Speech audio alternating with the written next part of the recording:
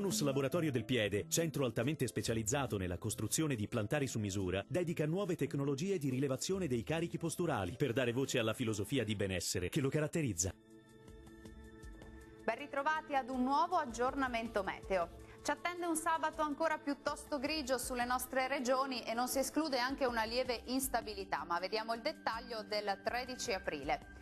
Sul Veneto il cielo sarà a tratti coperto, anche se non mancherà qualche schiarita più soleggiata. Con il passare delle ore saranno possibili dei piovaschi, specie sui settori montuosi. Temperature minime tra 7 e 9 gradi, massime comprese invece tra 13 e 16 gradi. Spostiamoci ora sul Friuli Venezia Giulia, anche qui il cielo sarà molto nuvoloso ma in genere sarà più asciutto al mattino. Dal pomeriggio qualche precipitazione sparsa, in genere di debole intensità, sarà possibile un po' dappertutto. Temperature minime tra 7 e 8 gradi, massime tra 11 e 14 gradi. Raggiungiamo infine il Trentino Alto Adige.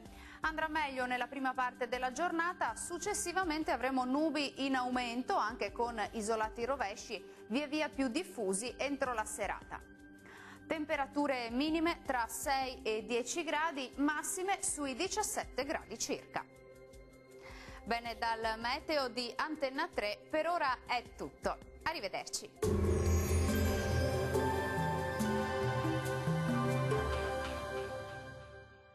Tonus è il miglior negozio di calzature moda comoda. Qui troverete il più vasto assortimento di calzature Fratelli Tomasi. Eleganza e comodità, perché camminare è vivere.